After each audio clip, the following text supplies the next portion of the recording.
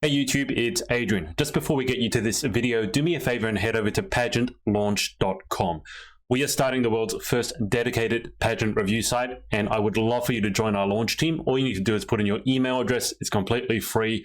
We are looking to make a pageant industry that is safe, transparent, and fair. I know it's like that most of the time, but over the last year, it's become very evident that it's not like that all of the time. So head over to pageantlaunch.com, put in your email address, and let's get you to this video. I'm Brittany Jane, Miss World Australia 2019 state finalist, and this is my interview with the Pageant Project.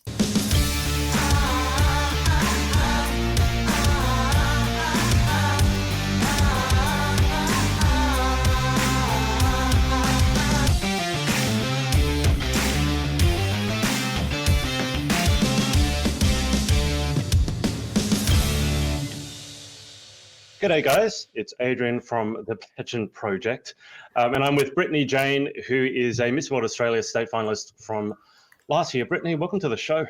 Thank you very much. It's awesome to be here. I am with the one pageant girl who probably knows more about streaming than I do.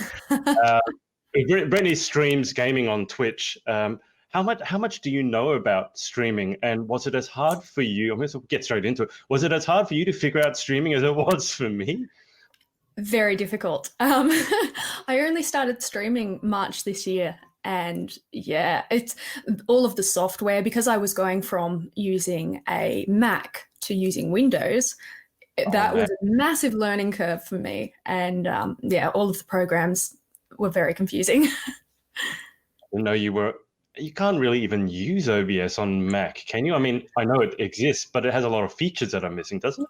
I'm not entirely sure. I just knew straight away that if I wanted a streaming laptop, it had to be Windows, not Mac. Okay, just so I have some jealousy here, can you describe the tech specs of your current gaming setup or your setup? Oh, yes. I will definitely say that off the top of my head. I'm actually not too sure off the top of my head, but most people will stream off a PC, solid PC, and if they do use a laptop in their streaming setup, it'll be either to game or to stream solely, not both, because laptops really struggle with that sort of thing. But somehow mine manages to stream and game, so it's pretty high spec. I've built it through MetaBox, pretty cool Australian laptop or computer company. Right. So can you this is all nerd talk. Maybe I'll just say hello to other people. So full disclosure, the reason I really wanted to do this interview is because everyone says I'm not a typical pageant girl, but then and that's now what typical pageant girl says. I can't talk anymore. I've had too much coffee. I am a little bit of a gaming nerd, and Brittany obviously streams. I'll just go through the comments here. You've got Sandal, who's over in America, saying hello. You've got hello. a Jack. I don't know how to pronounce the last name. Jack. Oh, Jack! Yes. Yeah, he does hype. That sounds like that. Well, she does hype. Stream stuff. Hype is like an emote. Oh, okay, yeah. All right. And Deborah Old, or Oldie, I think it's old. Yeah. Hello, people, Brittany. Okay, so let's get the pageant prerequisite stuff out of the way first. Now, you were in Miss World Australia last year. How did you get involved with that? Because gaming and pageantry doesn't have a huge overlap. No, they don't.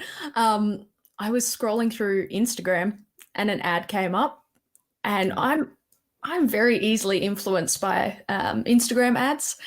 And I was seriously super influenced by Instagram ads. I booked in to go skydiving through an Instagram ad. It is ridiculous. Anyway, I saw the Instagram ad and kind of brushed it off, because my sort of view on pageants prior to participating in one was that it was very just nasty, sort of competitive, not very welcoming. The typical stereotype. Yeah, exactly right. Yeah. So I was like, no, I won't do it. But it stuck in my head, and a couple of days later, I was still thinking about it. So I thought, I'll just have another look. I'll see what the requirements are. and looking at the requirements, I think the cutoff for it was 25 years old or something like that. And I'm 24 at the moment. So I was like, oh damn, I need to get in quick. And I thought, may as well just give it a crack. And so glad I did. Definitely, from my experience, the stereotypes were very incorrect. I met some absolutely beautiful women through it, and yeah, definitely want to do it again. So is a pageant in your future? I mean, pageantry is all like on pause at the moment for the most part because of Corona. But do you envision yourself maybe participating again sometime down the track? Yes. Probably when, I don't know, it would probably be after I'm 25, so maybe a different sort of pageant. But yeah, cost-wise, I'll have to be in a good position.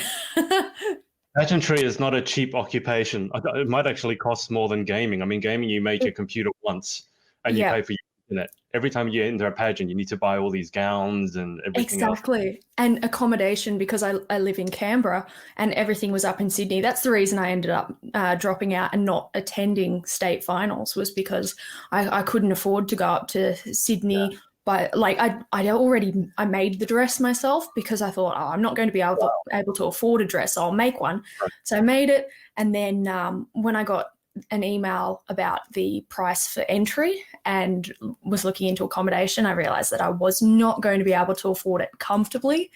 So yeah, it was really unfortunate. I don't think anyone should bankrupt themselves for pageantry. No, definitely not. No. Did you get a chance to wear the dress? I mean, you've made it. It seems like a shame you'd never used it. I think it's at Salvo's now. You never wore it? No. It was one of those.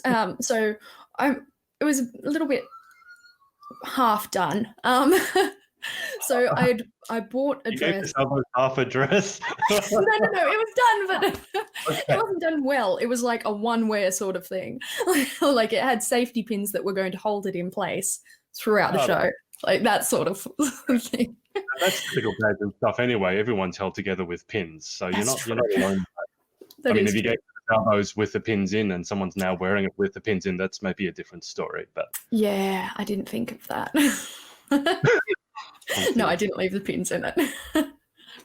Jack, how do you pronounce your surname, Jack? You have to tell me. I think it's Gorton. Gorton, I think. Okay. Let's get back into the gaming. So, of course, have a question. You said you only begun in March streaming, but obviously, I mean, getting into streaming and being pretty successful at it, it takes a bit of time. So how did you get into gaming in the first place? So I've been playing Call of Duty since I was 9 years old. So I've been a gamer for a very long time. I got really into gaming in about 2014, 2015, to the point where I was trying to go professional with it and like compete in gaming. And then I started uni, and uni, work and gaming don't really go hand in hand, especially when you'd like to have some sleep. So I ended up stopping gaming. Yeah, I know, right? Really. No. I ended up stopping gaming for about four years. Wow. And then when I was in Vegas in January this year, I was with a bunch of mates who stream, and we went to a laser tag game, and it was laser tag but with VR headsets on. So it was like you were in a computer game, which is great unless you're used to computer games. So when you kill someone, you think they're gone, and then you run forward straight into them. So that was a little bit of a problem. But after doing that, it kind of sparked my love for gaming again and made me realize how much it meant to me. And yeah, the guys encouraged me to start streaming, and I got home from Vegas, ordered a laptop, and yeah. Wow. How did you, you said you were going to go pro. The pro gaming circuit or the scene in Australia, how big is it? Obviously, it's huge in America and certain other games like huge in South Korea, for example. But in Australia, how big is the gaming scene? It's actually much bigger than I expected, at least. And I've only realized this since streaming. So when I was looking at going pro, I had no idea where to start looking. I was on YouTube watching people's compilations from Call of Duty, and I wasn't even familiar with Twitch or any sort of streaming site. So yeah, it was very foreign to me, and I didn't know where to start. So I think that's another reason why I didn't pursue it. But yeah, since streaming, I've actually partnered up with an esports team, Kanga Esports, an Australian one, and yeah, it's so cool. But it's a lot more prominent in Australia than I thought it would have been, which is really cool. So, are there any aspirations to go pro in the future? I'm nowhere near as good at playing Call of Duty as I used to be. Actually quite terrible. I swear people only come to my stream for the conversation at the moment. I mean, I heard someone who was a streamer describe it as like you can be when you're streaming. You can't. Brittany, sorry, can you hear me? Cut out a little bit. Yep. Okay, internet's back. Because if you were going to play pro, you wouldn't be streaming at the same time. No. I mean, you just wouldn't do that. Or you could, but you wouldn't like chat. Yeah, it'd be it's hard to entertain an audience whilst also trying to shoot people on a screen. Very much. So how, if you wanted to go pro, because I think this is fascinating, a lot of people won't know this, how much like training or practice has to go into it? I think, did you cut out at the start of me saying how long it takes to? Yeah. Yeah. Okay. No, that's cool. I pretty much just said that it's really hard to gauge how much practice and time people would have to put into getting into pro gaming, because it's really dependent on how quickly people pick up certain skills. So, yeah. So you don't think you're good enough now? Like, if you hadn't had that 4-year break, do you think it would have been different? It kind of sounds very. Like if you don't get into it, like by 13 or 14, you're considered old. Is gaming the same way? Yes, definitely. Well, there are a lot of streamers. I've noticed that like streamers range from, I think the legal age to start streaming was 13 on Twitch, but range from like 13 to I've seen some people in their 70s streaming. So there's no sort of barrier there. There's definitely, it's more so whether you can interact with people or whether you can play the game really well. You have to have one or the other or both. Right. So in terms of the age with streaming, does it depend on the sort of gaming you're doing? Like if you're playing, let's say, an online card game, it doesn't quite take the reflexes. I'm assuming that I can't play first-person shooters to save my life. Like I just can't do it. But I would assume they're very different sort of esports to play, right? Very, very different. But there are some people who have the knack throughout their whole life, and some people who don't, I guess. Yeah, I've seen a lot of people who are in the like high end of the age bracket, I guess, for streamers who are playing first-person shooters and really fast-paced interactive games. Okay, so in terms of the streaming then, so you said you've begun in March, it's August now, so it's not even been 6 months. How have you been finding it? Amazing. Like, honestly, and especially because I started at the start of quarantine, like probably the best decision ever, because a lot of people are at home trying to find things to do. So viewership was a lot easier to come by.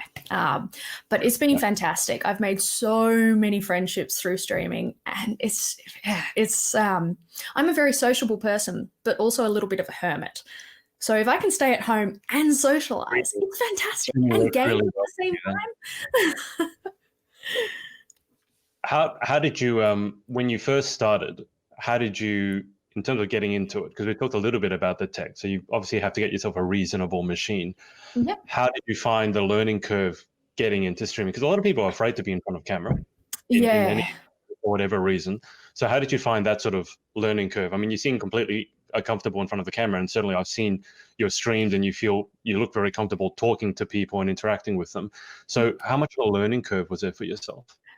I'm very lucky to be quite confident as it is. And if I'm not feeling confident, I'm very good at faking confidence. But I'd been teaching, I'd been teaching for a while, like at a local technology college, I guess. I'd been teaching there for a while, and that seriously boosted my confidence. I just remember my first class, I was just, oh, hi guys. So we're going to be learning, like, like so nervous. And towards the end, it was like, sup, we're going to do this and this. And so that helped so much in building my confidence. And my first stream, I remember I was so nervous, like incredibly nervous, because I not only wasn't familiar with the platform I was using, I wasn't familiar with not knowing who would be watching. At least teaching, you can see the people that are watching. But I guess, it's taken a while to become comfortable on camera. At first I thought, okay, I need to be super duper professional. There can't be any background noise. I need to be super focused. And now I'm like, I'm going to go get a coffee, guys. I'll be back. It's chill. I do like the, are they didgeridoos that you have on your channel? And then every now and then I get didgeridoos. And then what are the different ones that you can redeem with your didgeridoos? I know Hydrate was one. Yes, yeah. So they're called channel points, and you can rename them if you want. So I've named mine to didgeridoos because it's super Australian, really cool. And you can redeem. So you earn the points through watching the channel and interacting with the channel. If you post comments, you get more channel points and all that sort of stuff. But you can redeem Hydrate, which means I have to have a drink of water or whatever drink I have with me. Then there's redeeming a posture check. So that if I'm sitting there like this, they're like, oh, you sit up straight. So that's really handy to have that, because I very frequently get like really into gaming and then hunch over. And then you can redeem push-ups, which that one's always interesting. I've put it at a limit to 2 redeems every stream, because 20 push-ups is just like that's enough. How much does it cost to do the push-ups? Like, how much do I have to redeem? 2,000 channel points, which apparently doesn't take long to accumulate, because I have people who redeem them way too frequently. So for 2,000 didgeridoos, how many push-ups do you have to do? 10.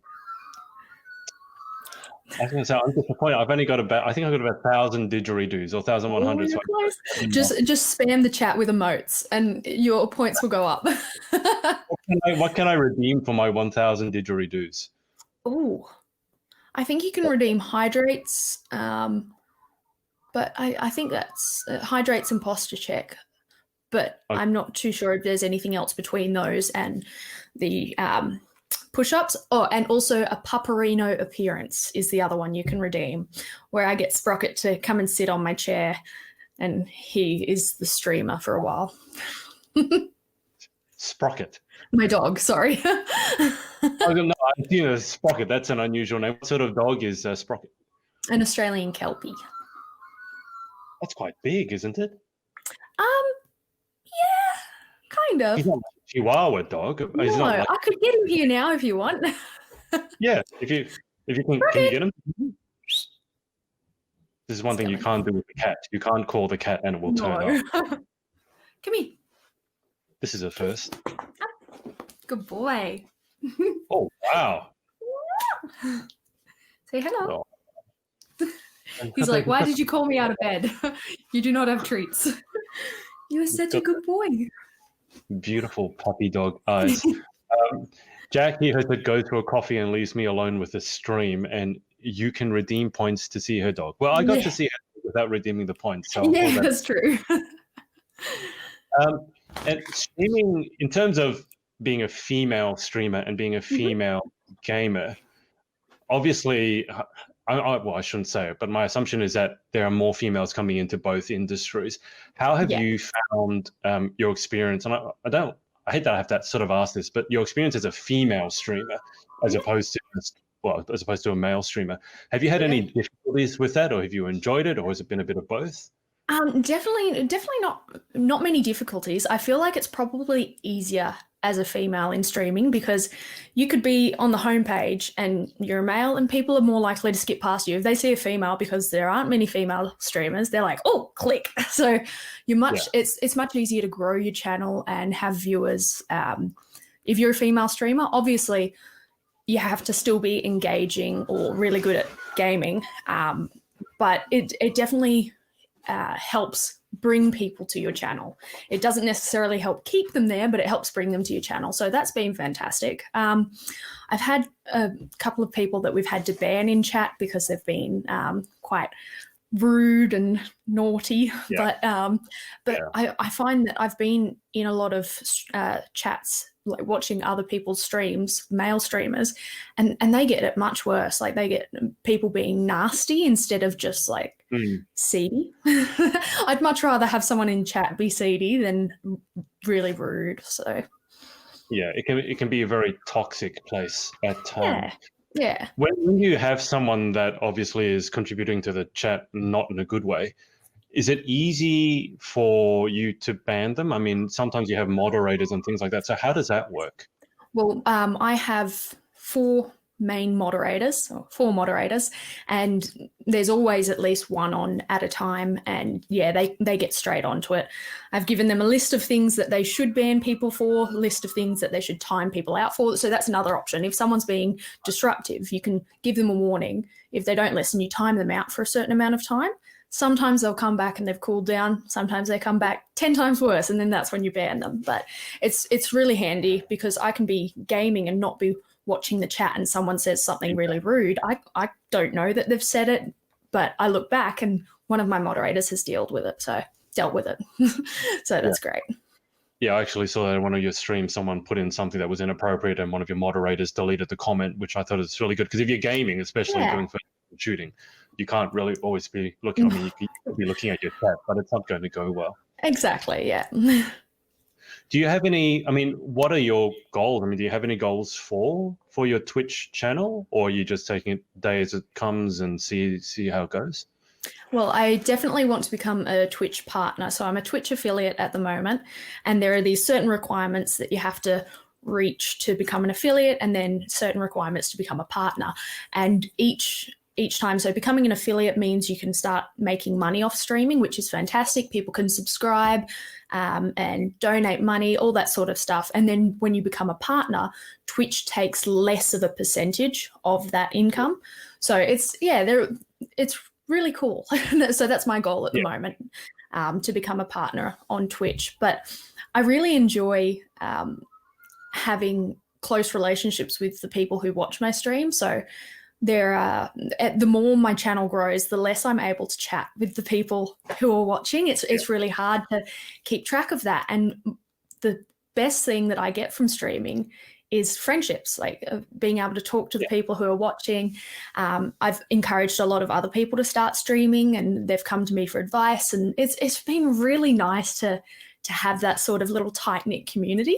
And when we raid another channel, so when you finish streaming, finish your stream, you can put all of your viewers over to another channel. So when we raid, we put lots of emotes and welcome messages and stuff in the chat and really make it a big deal. And I find that I've been raided by some really big channels, and they don't have that sort of close-knit community feel. Yeah. So like you could get raided by, say, 100 people and there'll be 2 comments in chat, but I'll raid with 20 viewers and there's 100 chat comments. Yeah. You build that community. So I mean, out of the people who watch you, I mean, how many would you say regulars do you have? Like you recognize the names when they pop in? A lot. Yeah. So, oh gosh, so I have a Discord channel. So Discord is a voice chat and like a text chat for, I guess, anyone, but mostly used by streamers and gamers. And in that, I've got one specifically for subscribers, and I've got 50 people in there. And that's just subscribers who have Discord or who have taken the time to come and join the Discord. So that's just like the inner circle of the subscribers. There are people like frequent viewers who aren't even in there, and I know them by name, sort of thing. And to become a Twitch partner, what are the requirements as opposed to being a Twitch affiliate? Oh, the requirements are... Is it a subscriber amount? No. So thankfully it doesn't take subscriptions into account. I think it's you have to have streamed, and it takes into account within the last 30 days. So you have to have streamed for, I think, 12 hours, have an average of 75 viewers, and 12 days within that 30 days, have an average of 75 viewers, and I think it's like 30 or 40 hours worth of streaming in that month. Okay, that's a considerable amount. How close do you feel you are to getting that? So I've ticked the boxes for the amount of hours streamed and the days streamed. I'm on, I think, 39 average viewers at the moment, but it's grown like significantly in the past 2 weeks. I have no idea why. I went from like 20 viewers each stream to between 40 to 60. It's wow. I don't know what's happened. Well, it's a good thing. However, it happened. Exactly. Jack here has chimed in. Hardest part about partner is even if you reach your requirements, they judge you and accept manually. Oh, I didn't know that, Jack. Thank you. I thought it would be an automated process. If they have specific requirements, talking about Twitch, I would have thought if you make the numbers, then they would accept you automatically. I think because a lot of people can fake the followers and viewership. So there's this sort of there's this community that runs a Discord channel and I think a Facebook channel. I saw it on YouTube where they get a heap of streamers together and they boost each other. So anytime someone's on, you go watch that person's stream and you earn points by doing it. So there's anyone who's in that group is usually automatically, like, it's Twitch knows, and so do companies that sponsor streamers. So they are aware of who's on this sort of blacklist sort of thing. They know. And so if they're approached by someone who's asking for a sponsorship and saying, look, these are my stats, I have this many viewers each time, they can go, well, actually, that's fake viewership, so get out of here.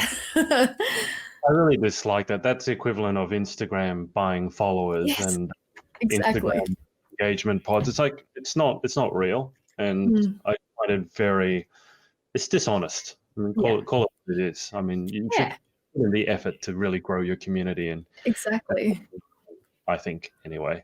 Jack here has said affiliate is automated, but you could reach partner requirements and not be accepted. I know someone that's been rejected like 3 times. Oh gosh. Oh. Wow. I mean, hopefully that won't happen to you, Britt. But fingers crossed. maybe they are looking at things like blacklists or fake followers, and probably they don't always get it right. But and I guess they're losing money by turning you into a partner, and if you're not a good investment. So I guess they're checking, okay, is this person a good investment? Is their channel going to grow authentically? Are they going to bring us money? That sort of thing. So I guess the person doesn't even need to be doing the wrong thing. They could just be someone who they don't believe is going to grow. I mean, if you're Twitch and you want to protect your brand, then you want to make sure the people who are your highest sort of people, they're good ambassadors for your brand. Just quickly, on the subject of your username, the little analogy that I can see behind you, how did that come in? It's got nothing to do with it, as far as I can tell. But yes. So a couple of years ago, I decided that I was going to start a modeling agency. I did all of the made a website, started bringing in some models or some talent, not necessarily modeling, also musicians, and bought the name Anahi because it was going to be Anahi Management. Anahi means beautiful flower, so I thought, what a great name for a talent agency. And then once I really got into it, I realized, I need to sort out insurance, which was extremely expensive. So I ended up pulling that back in, but I still owned the name. So I ended up using that for my Instagram. I did want just Anahi, but that was taken. So Little Anahi it is. And what you said, it means beautiful flower. In what language does it mean beautiful flower? Oh, I cannot recall. I actually. I love that I'm not the only person who has a second screen onto the side that they can look stuff up and look really intelligent. Oh, and it also means immortal. So it's in Persian it means immortal, and in Spanish it means beautiful as a flower, apparently. So you're an immortal, beautiful flower.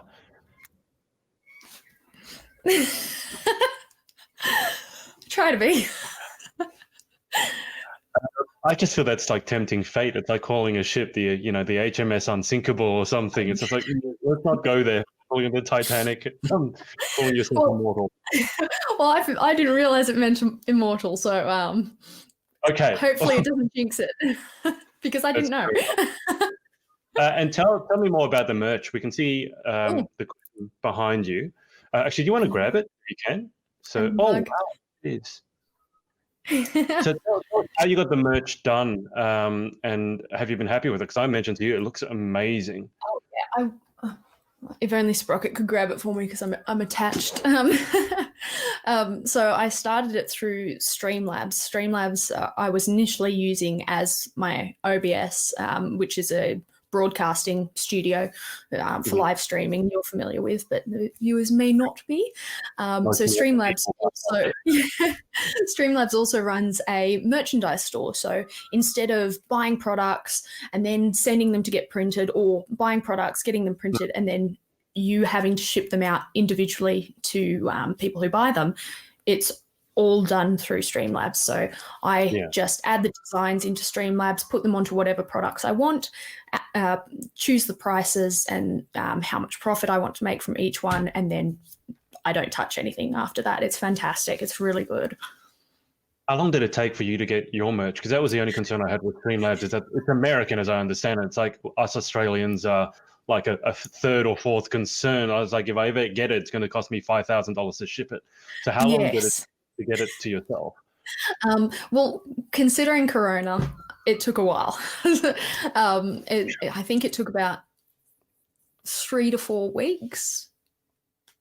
That's probably what I expect, especially during.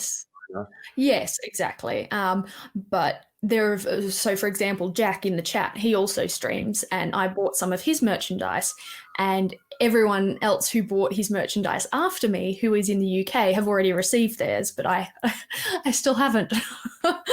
So it's very dependent. So obviously I'm imagining it's pretty quick to get it in America. Is the UK pretty quick as well? And then we're just, whenever we get it, we get it. Yeah. Sad. Because it looks amazing. Like I wouldn't mind ordering like the cushion just to have to. And it comes with the fill too. Like it's got the filling in it. I expected just to get a pillowcase. Because that's usually how it is. But yeah, it came with the filling and everything, and it's double-sided. Oh, I will grab it. 1 second. Yeah, go grab it.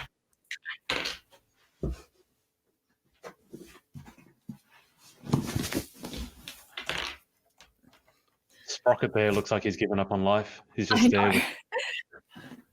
So that's that side, and then I did that on the other side. And who did the design? The artwork? So a lady in the US called Pageosity, or her name on Instagram is Pageosity. So she's cousins with one of my friends, and they recommended I get my artwork done through her, because I was looking at getting it done, and yeah, she's fantastic. She's really lovely too. Oh, I mean, it looks amazing. So what are the merch? So it's the mug, it's the cushion. Are those the two things that you can get, or is there anything else? And then there are, I think, 2 or 3 different types of T-shirts, 2 different types of hoodies, and also most of it has the anime on, but I have done some with just the LA logo, so that if someone doesn't want to be repping half-naked anime, then they can still rep the merch. And what else? I put stickers on there, and also a mouse pad is on there now. That's right, the stickers and the mouse pad. Yes. Just out of interest, do you have an idea how much of your viewership comes from which country? Yes. So at the start, it was about 75% from the US. I'll just check now what it's at.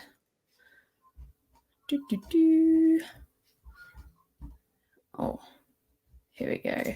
View details. So 40% from the US, 15% from Australia, 11% from the UK, 4% from Canada, and then we've got Germany, Brazil, Netherlands, New Zealand, Japan, Saudi Arabia, France, Italy, Norway. Oh, like just Everywhere. a big mix, yes. Yeah, but mostly US, Australia, and the UK. That's what I expect. Actually, I would have expected a slightly higher percentage from America, but when you're streaming and people, I'm assuming you ask people where they're from.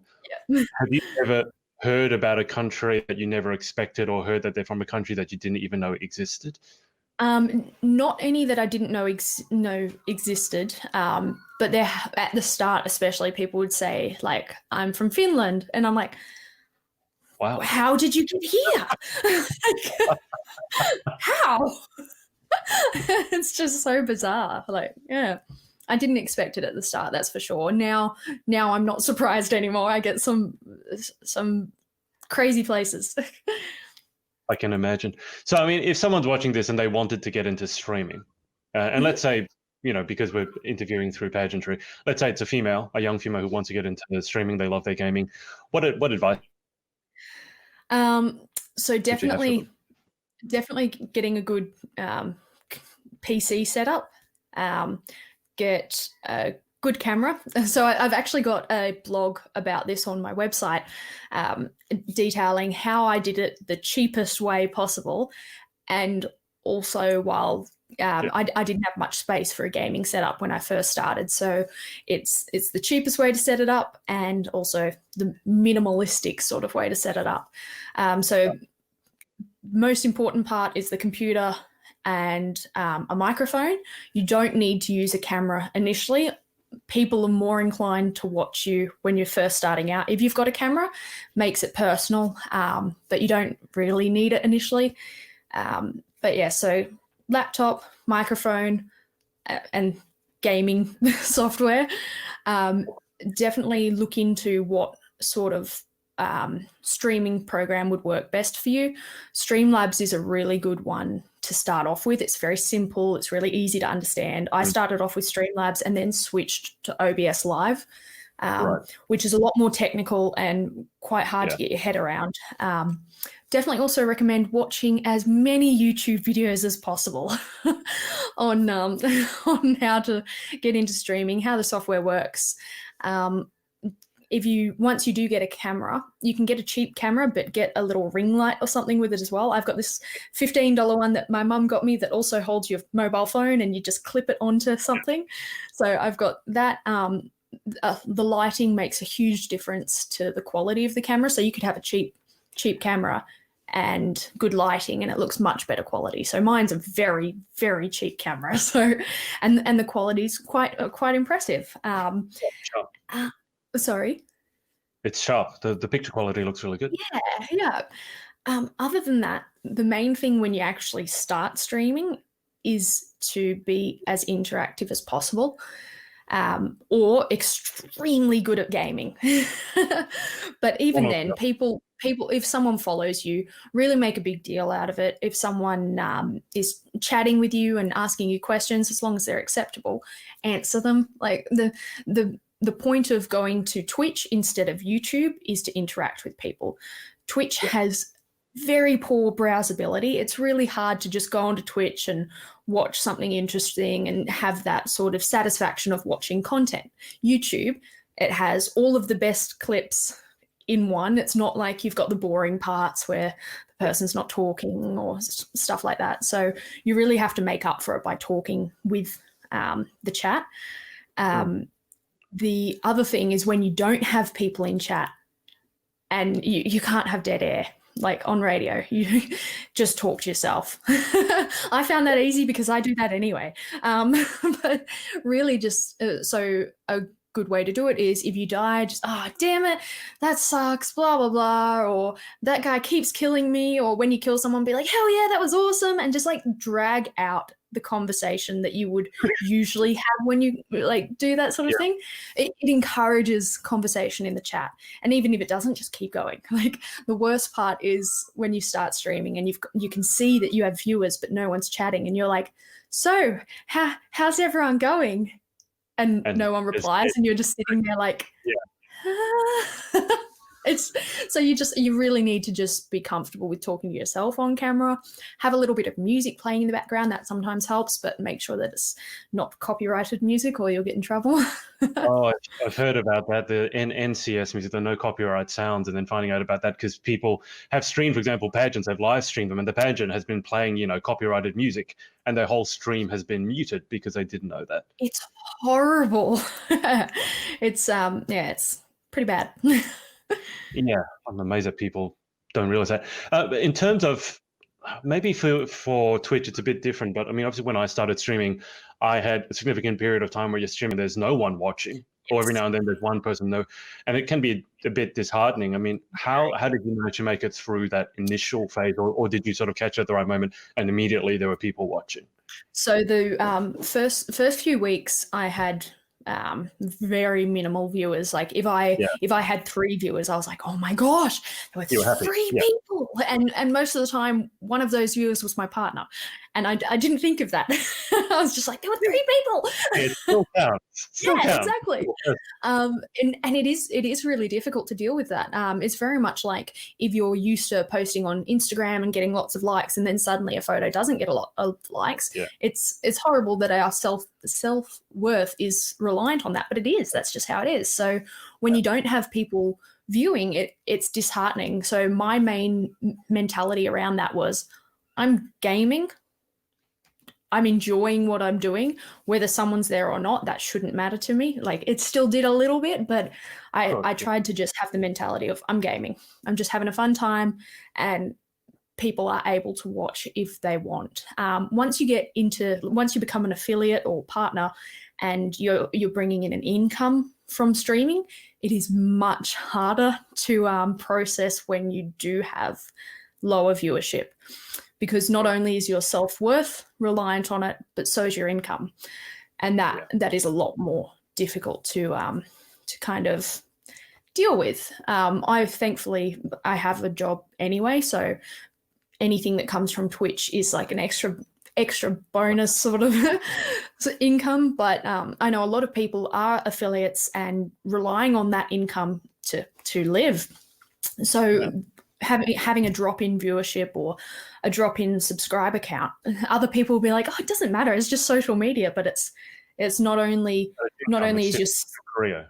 Exactly. Not only is your self-worth tied to that, and you feel like, oh, what am I doing wrong? Why don't people like me as much? It's like your friend group suddenly disappearing, and say like you get paid for each friend you have.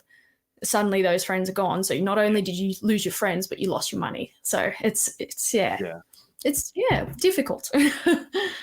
Sure. Do you have any plans to make it like make Twitch streaming a full-time occupation, or is it always going to be the interesting side hustle that you got going on, the one that you enjoy? I definitely think I would turn content creation into a full-time thing eventually. So using all of the social media platforms that I'm active on as a sort of medium. But I don't think I would ever go full-time streaming. I feel like that wouldn't be very satisfying for me. I very much like doing multiple things at once. And I don't think I could quit my job, to be honest. I love my job so much.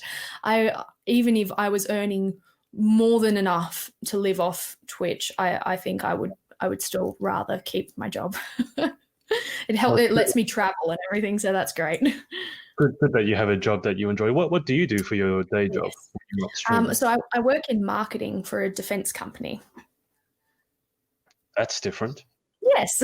So when I did when I competed in Miss World Australia, I was working with them as an electronics engineer. So I did my apprenticeship with them. And then my plan was always to go from engineering into business development and marketing.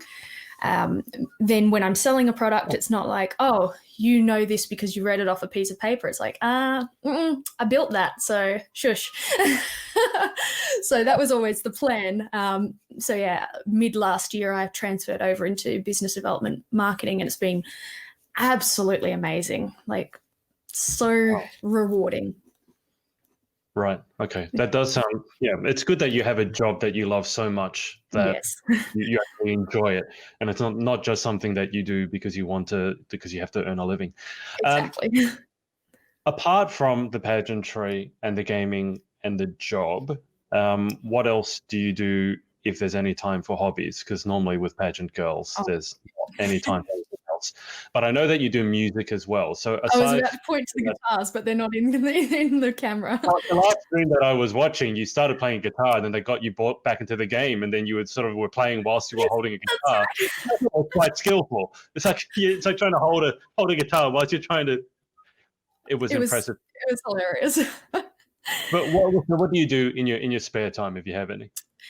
So yes, I sing and play guitar. I really enjoy rock climbing, so that's sort of that side of things. Oh gosh, I like drawing and painting, taking the dog for a walk, that sort of thing. Yeah. Yes, that was Jack in the chat. That was his plan to bring me back into the game while I was trying to sing. Cheeky bugger.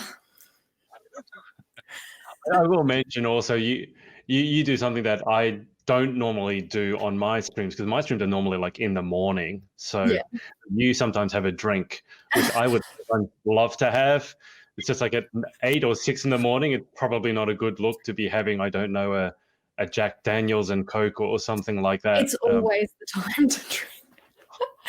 I say that only because a lot of so my moderators, one's from the UK, one's from Canada, one's from the US, and one from Australia. So when I'm streaming, it's sometimes the morning for them. Someone will be drinking. Exactly. So I'm usually my streams are usually at nighttime, and especially on a Friday, I'll have a drink. And Jack, who's in the chat, is from the UK. And I like to encourage him to do shots with me when it's 9 a.m. for him. So I've frequently had him drunk by 11 a.m. I'm not ashamed to say that because he's the one who's doing it. I love that you get your viewers drunk. I have to start doing that. I was going to say, Jack, well, what's the time for you now? It's like midnight for you, Jack, in the UK. Yeah, no, it's quite funny. It definitely makes the vibe a lot more chill. A lot of people, when they're in streams, the moderators, they're this sort of this enforcement, this very strict, like not friendly sort of vibe. So if I get my moderators drunk with me, they still do their job very well, but people are less likely to be rude towards them, and just the way that moderators are usually seen, it's not there. So it's really good. They're kind of like the bouncers. You kind of want to mellow them. Exactly. So it's like if the bouncers were in the club dancing with you, you don't want to annoy them. They're cool. I got to ask, because people say things like, oh, I play pool better when I'm drunk. I can't imagine that having a drink and playing COD, it doesn't help better. It does? You think you're better when there's a certain, it's a very fine line where the drinks help playing. A very fine line, like half a game's worth of life. When you say there's a very fine line, it makes me immediately think you sometimes miss the line by a little bit. Sometimes. Yeah. Frequently. And it's like one and a half drinks maybe. It's like, oh, look at me playing. It's so much better than usual. And then straight after that, it's like downhill in playing. Per hour, per game, per minute. Like overall. if it's 1.5 drinks, it's like, okay, yeah, I'm comfortable. I'm feeling the sort of rhythm of the game. We're killing a lot of people. It's really cool. And then after that, it's just like, why can't I kill anyone? God. Jack, since you're watching, you'll have to tell us what has been your favorite Brittany streaming moment. You must have like a favorite. No, I mean, don't.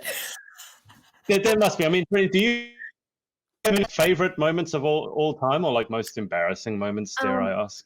Definitely most embarrassing one, which I'm Here we very go. reluctant to talk about. But so I'm mention quite, it anyway. yeah, I'm a big fan of Naruto, and I also am a fan of Yu-Gi-Oh, like the game itself, like the card game, not necessarily the show. I had a couple of drinks, and I could see in the background that I had my Yu-Gi-Oh box set of all my cards. And so I've gone, is anyone here a Naruto fan? Completely forgetting that I was talking about Yu-Gi-Oh. And I've gone, I'm not one of those fake Naruto fans. I'm a real Naruto fan. And I've picked up the box of Yu-Gi-Oh cards and gone, see? And then I've gone, I mean Yu-Gi-Oh! Oh my God. And it was so embarrassing, like genuine, like that tummy twisting embarrassment. Oh, it was horrible. It was really bad. You would sound very fake if you did that. You'd sound like someone who was trying to pretend they knew what they were doing when they weren't. Exactly. And especially because I was like, I'm not one of those fake Naruto fans. Like, oh, you tosser. How many drinks down were you down when you did that? It was a Friday night, late in the evening. What did Jack said here? Me getting her to do 4 tequila shots at 9 a.m. her time. We don't speak of that. She has a viewer called War Von Butt Stuff. Yeah, the usernames on Twitch are hilarious. Yes. And she said, I'll just call you Butt Stuff because that's the most important. The worst part is someone clipped that and only clipped that part. So they've clipped me saying butt stuff. That's the most important part. I'm like, no, why would you not clip the context? So there's a clip of me on the internet saying that, and it's quite embarrassing. Mandy Talbman here said, "Love you, Brit." That's one of the reasons like I like to interview a range of people, because in pageantry often we can't have a laugh at ourselves because we always have to portray that we're perfect. Whereas in Twitch, if someone makes a clip like that, it's hilarious. Whereas if you make that in pageant, people are like, "Oh, take it down. No one can think that I'm like that." It's like that. Exactly. Which is hard though, because it's not necessarily the person who's at fault for thinking they have to appear as perfect, but it is the community in general. If you're doing a pageant, it is very much you're putting your best foot forward. So you don't want anything incriminating about you out there. So, for example, tripping over, like that seems like such a mundane sort of thing, irrelevant. But in that industry, it is a big deal that lessens the professional appearance. So I totally understand people in pageantry being like, "Oh, take that down, please." But in Twitch, it doesn't really matter. It's two very different worlds. Let's just say Twitch and pageant. Did you find it at all like confusing? I mean, did you segue seamlessly into both, and you feel as equally comfortable doing both, or does part of you in one place go, "Oh God, what am I doing here?" Because they're very different. They are very different. I definitely feel much more confident streaming and gaming. Pageantry, I did really, really enjoy it. But it is nerve-wracking being up on stage. It's like, am I going to slip? Am I going to trip over? Is my walk awkward? And when you're walking and you can feel someone watching you, so you walk awkwardly, and you feel it, and you're like, I'm not walking normally, and I don't know why. I don't know how to walk normally now, but it's just not happening. It's like that. It just doesn't feel right. I can't imagine what it's like. Obviously, I've never been on the runway myself, so having to walk in a certain way, hit your spot, do a twirl, do this. It's like, to me, I don't know how you do it. Like if I was doing that, I'd be thinking so hard about walking that I wouldn't be able to smile. I'd be looking at my feet I would be hopeless at it. I wouldn't be able to do it. It is difficult, like especially because when I do walk, I very frequently look down. So having to look up while walking, knowing where you are on the stage, and then yeah, I just remember watching the girls who went before me, and one of them did a twirl at the end. So I was like, that's what I'm going to do. I'm going to do that. Like that looked amazing, and I did it. And I looked at the video and it looked horrible because she had a flowy dress on. It looked amazing. And I've got like this tight ensemble on. So I was just like, what are you doing? Get out. It's very much a lot of thought in it. Oh no, you've frozen again. Oh, hopefully the internet has not cut out. Fingers crossed. Hopefully I'm not frozen too. Literally the worst moderator Brit will ever have. No, Jack, you're a good moderator. Oh dear.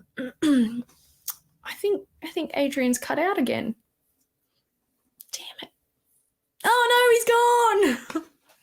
Come back. Oh, how is everyone going? I haven't frozen. Okay, good. I'll keep you guys entertained. Maybe. Oh, that coffee is very cold. Very cold coffee. Gross. Very entertaining. Jackie's hilarious. Yes. Very, very mean, but hilarious. Jack, that's my mum, by the way, if you were wondering. No, you are funny, Jack, sometimes. Unless you're clipping horrible videos of me on Twitch. Oh, thank you, Sophia. Oh, so you guys are the best. Put on a nice outfit for the interview. Feeling very fancy. Jack. Oh dear. But yes, if you guys are interested in buying some Little Inahi merch, we've got the pillows. Yes, and we've got the mugs. Excellent. Yes.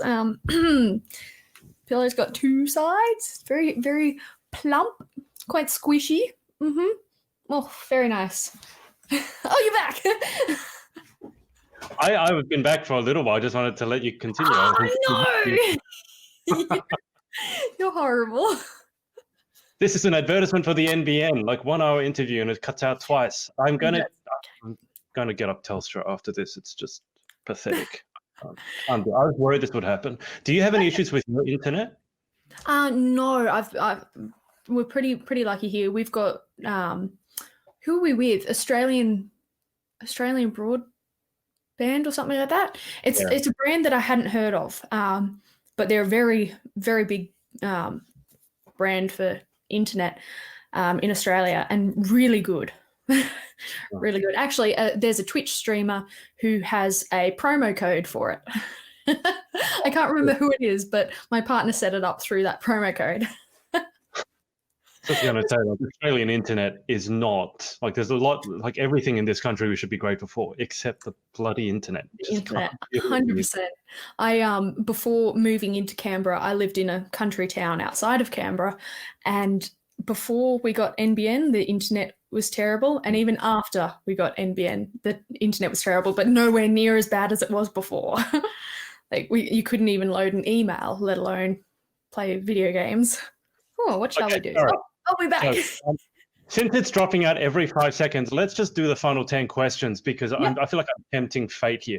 Okay, so sorry guys for all the interruptions. I'm sorry, Britt. I'm sure you've been doing amazing. Okay.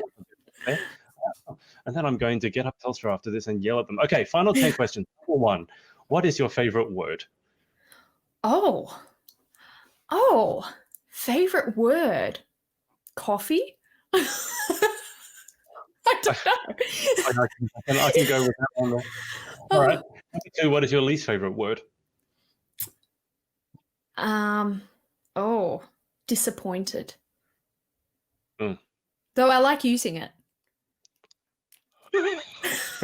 Be like, I'm disappointed in you. That's all here. Question 3, in life, what gets you excited? What turns you on? Everything.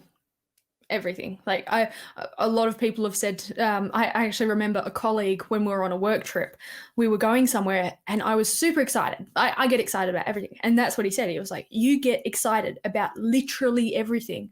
I said, yeah, how awesome is my life though? Like, because I make sure everything is exciting, whether it's a mundane task or something that I'm actually not looking forward to. I try to look at the positives of it and get excited about it. It's good.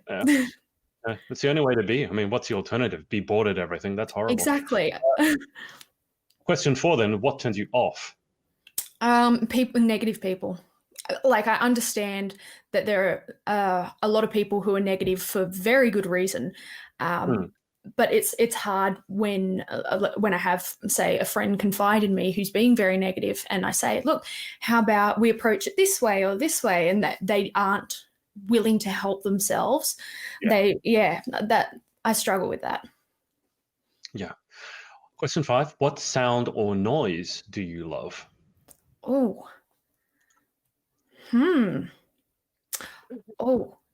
The sound, this weird thing, like I could say so many things, like music, birds chirping, that sort of thing. I'm obsessed with those soap cutting videos, those ASMR soap cutting videos. So good. Up there with those slime videos, can't handle it. No, I'm not fond of the slime ones. Like they don't do much, but the soap cutting videos, I recommend. Moving right on. Question 6, what sound or noise do you hate?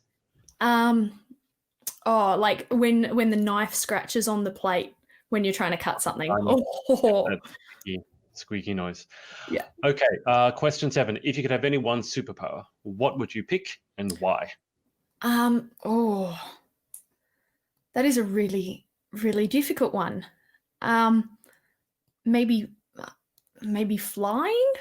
I always think that one thing actually that I always think of is not only being able to read people's minds, but to put thoughts into someone's head. So say, for example, if not in a bad way, because I do have a lot of friends confide in me, and they find it hard to sort of to be self-confident and that sort of thing. I'd love to be able to put thoughts into their head or feelings into them that is like self-acceptance, that sort of thing.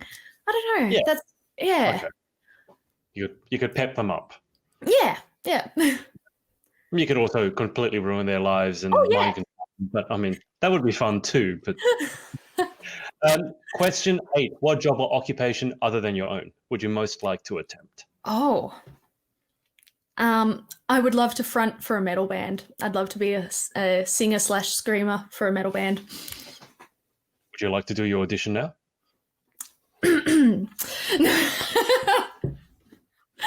I'm good. Just imagine someone screaming on stage. Yeah. What the hell's going on here? That's a different one. Do you have a good scream? Because normally the screamers are men. Yes. Well, there's a lot of female screamers out there. For example, Ginger. She does, however, sound like a male. Like she's got male vocals. Yeah.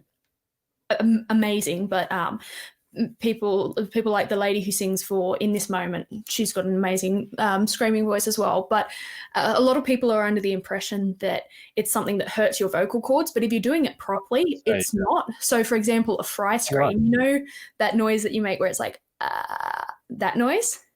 Yeah. Well, it's actually just an adaptation of that. So you shouldn't be hurting your vocal cords at all if you're screaming correctly. Okay, because I was going to say, if you ruined your voice and when you scream, you start sounding like this. Yeah, like a smoker. Yeah. Okay. Question 9: what job or occupation would you definitely not like to attempt? Probably a job in like finance where I'm sitting at a computer looking at numbers all the time. Like I really respect people who are able to do that. I really would struggle with that. Yeah. That's fair enough.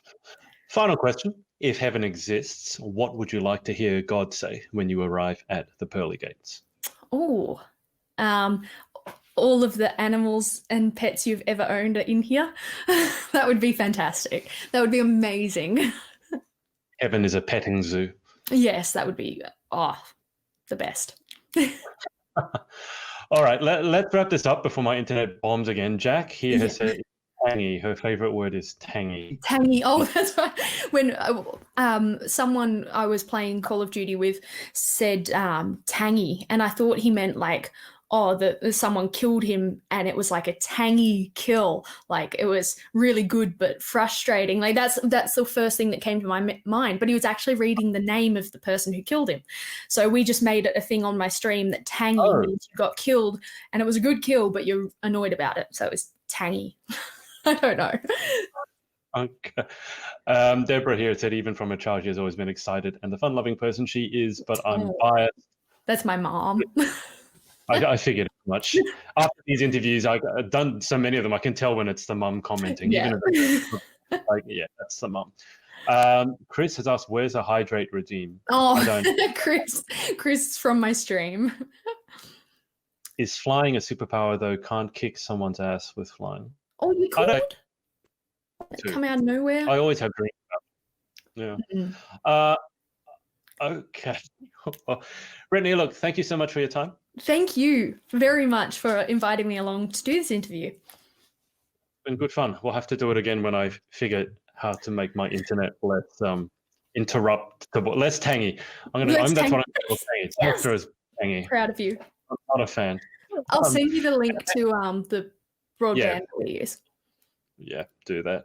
Yeah. And thanks to all you guys for watching and all your comments. I'm sure you got to see a different side. Well, not a different side, because you talk a lot on stream. But yeah, but still. Interesting. Always interesting to get to know the person behind the stream. So, Britt, I'll keep you on the line for just a sec whilst I hang up with the audience. Thanks for watching, and we'll speak to you next time.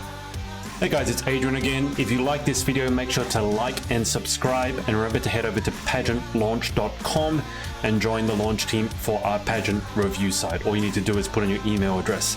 Thanks, and speak to you next time.